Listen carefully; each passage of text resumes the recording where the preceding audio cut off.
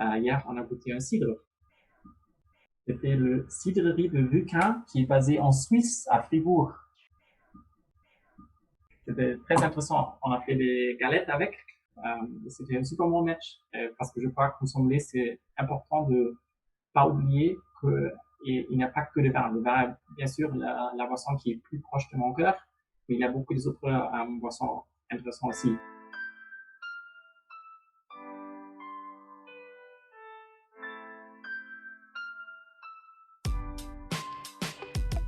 Je m'appelle Marc Almer, je travaille comme sommelier à Zurich, à Beaureau-Lac depuis 3 ans et demi.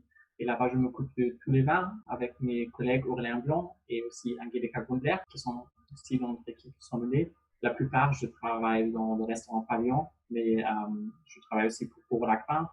Et qu'est-ce que je fais?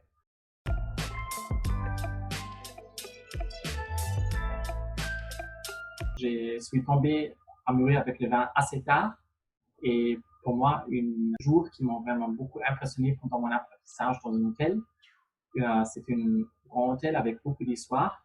Et là, on a une petite chambre dans la cave où les anciens sommeliers ont goûté les vins. Et là, on a fait une dégustation de verticale de millésime du Riesling de Egon Müller. Il y avait 18 à l'époque et beaucoup des vins qu'ils ont bu pendant cette dégustation étaient 2-3 fois mon âge à l'époque. Je me dis, mais c'est incroyable comment ils sont vivantes et vraiment touchantes sur le cœur, pas que sur le bouche ou le nez.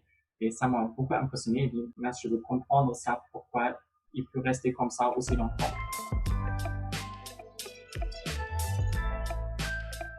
J'ai commencé comme sommelier dans la Rheingau à Wiesbaden, dans un restaurant étoilé. Et là-bas, j'ai eu une sommelier qui m'ont dit, maintenant il faut que tu commences avec les examens et les concours, parce que c'est bien de travailler comme sommelier, mais c'est pas sérieux si tu n'as pas un certificat.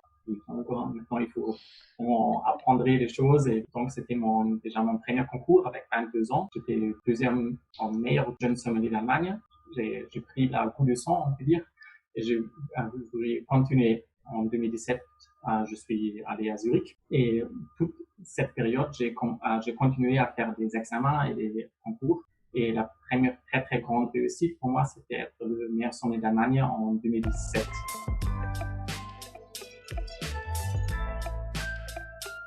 Le concours mondial, j'ai eu la chance à vraiment une équipe de soutien derrière moi parce que quand on gagne une chose comme ça, c'est vraiment une chose qu'on fait toute seule, c'est toujours un projet d'équipe.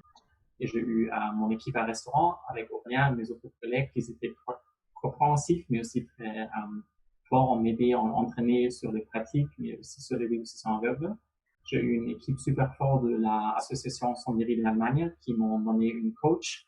Et après ça, je me sentis assez bien préparé, mais on n'est jamais assez préparé pour un concours comme ça. Pour moi, mon but était d'entrer dans les demi-finales, parce qu'il faut savoir que pour la première ronde, on était 66 candidats de 63 faits, et pour les demi-finales, on n'était que 19.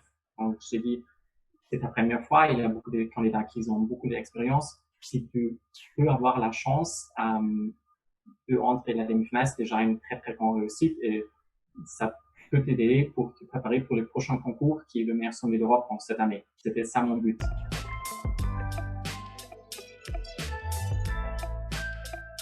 Et peut-être dans le demi-finale, j'étais super content et je dis parfait, tu as fait ton but, maintenant tu peux prendre des impressions dans un sens beaucoup plus positif.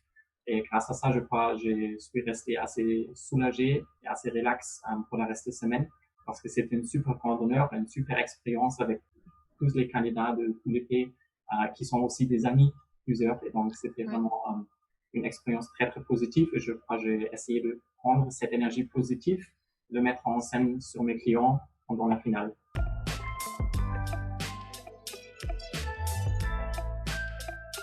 Je crois que pour le concours, c'est important de comprendre qu'il y a la théorie et la dégustation aveugle et la service en pratique. Mais pour moi, il faut toujours penser aussi dans une thème mentale parce que c'est même super stressant. Il y a tous les meilleurs sommeliers du monde, beaucoup de gens de lesquels j'ai vraiment beaucoup de respect.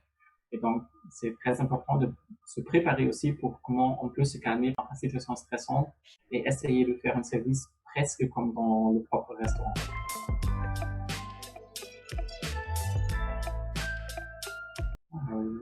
Pour le métier de sommelier, en 3 mots, pour moi, c'est l'importance, ce sont les clients.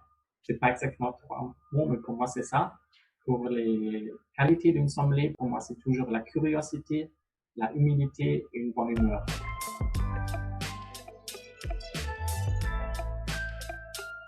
J'ai vraiment ouvert plusieurs bouteilles dans mon cave privé parce que normalement je suis pas assez souvent à la maison et il y avait beaucoup de jolies surprises parce on a découvert quelques anciennes médecines de Riesling que j'ai gardées de mon temps en Allemagne où je viens, mais il y avait beaucoup des autres découvertes aussi de la Suisse, mais aussi des autres boissons. Par exemple, on a fait une tasting de saké en ligne, ça c'est très intéressant. Et aussi parce que je sais que vous êtes sur le thème du cidre. Hier, on a goûté un cidre. C'était le cidrerie de Lucas, qui est basé en Suisse, à Fribourg. C'était très intéressant. On a fait des galettes avec.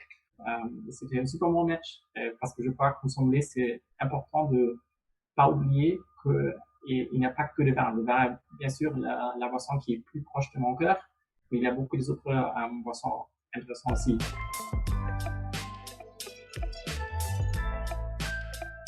Je n'aime pas beaucoup la bière, même que je viens de Cologne, qui est une ville de bière. Mais pendant la préparation, j'ai découvert beaucoup de styles de bière qui me plaisent beaucoup. Aussi les bières belgiques Trappist, par exemple.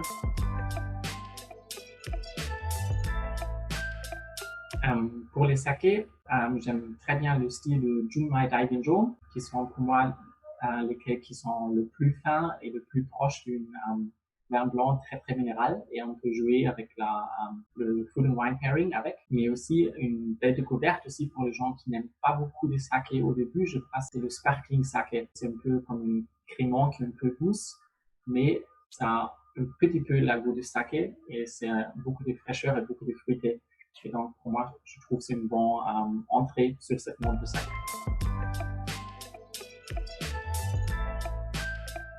Si c'est vraiment une très très jolie dîner dans un restaurant étoilé, normalement c'est les deux. À la cantine, à l'hôtel, avant le service, c'est que du café.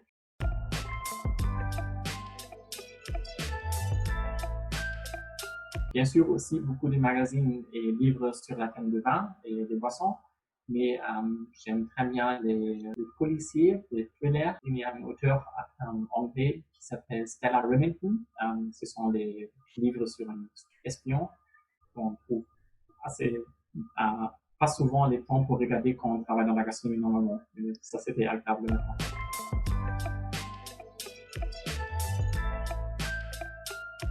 Comme musique, c'est vraiment un grand mélange parce que j'aime très bien le rock des années 70, 80 à peu près, et aussi les jazz. Aussi quand je apprends, j'aime très bien entendre des jazz parce que pour moi, c'est vraiment très relaxant.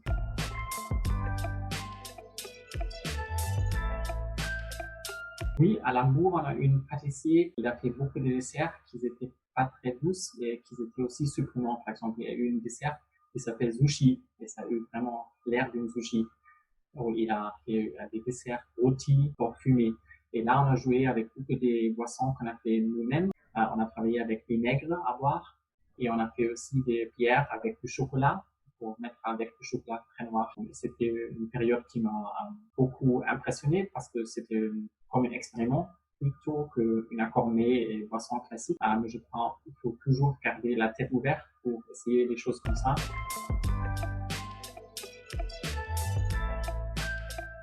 J'ai vraiment le sentiment qu'il y a une grande dynamique dans la thème du site. Il y a beaucoup de petits fournisseurs qui arrivent à distribuer un peu plus sur la scène de gastronomie.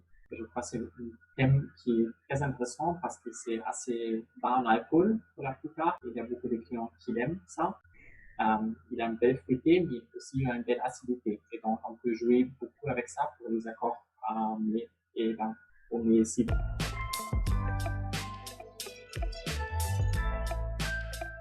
Je suis pas sûr que c'est un thème très amusant, mais je crois que c'est un thème très important maintenant. Pour être une sommelier qui fait un bon travail, c'est très important d'avoir un sens de l'économie aussi. et de mettre une bonne calculation de prix, de acheter dans une bonne façon, de regarder le stock en cave. Et je crois dans la période qui commence maintenant, où on réouvert lentement la gastronomie, ça va être beaucoup plus important qu'en avance. Il est un rôle super important pour l'entreprise, soit le restaurant, soit l'hôtel, pour vraiment aider à faire une bonne réussite aussi dans le sens de l'économie. Je crois ça c'est un thème très intéressant qui malheureusement on ne parle pas beaucoup, mais je crois que c'est super important parce que c'est une très grande part de notre travail.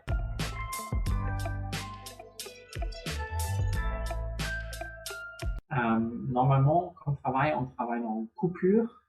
Et donc, il y a 2 allers-retours par jour. Et donc, je essaie de faire ça en vélo pendant l'été. Et aussi, je me réjouis beaucoup que les badis, les terrains publics, on peut dire, vont réouvrir parce que souvent, je prends mes flashcards, mes petites cartes avec mes notes. Je mets sur le badi et je nage un peu, je lis un peu, je nage un peu, je lis un peu. J'aime très bien ça.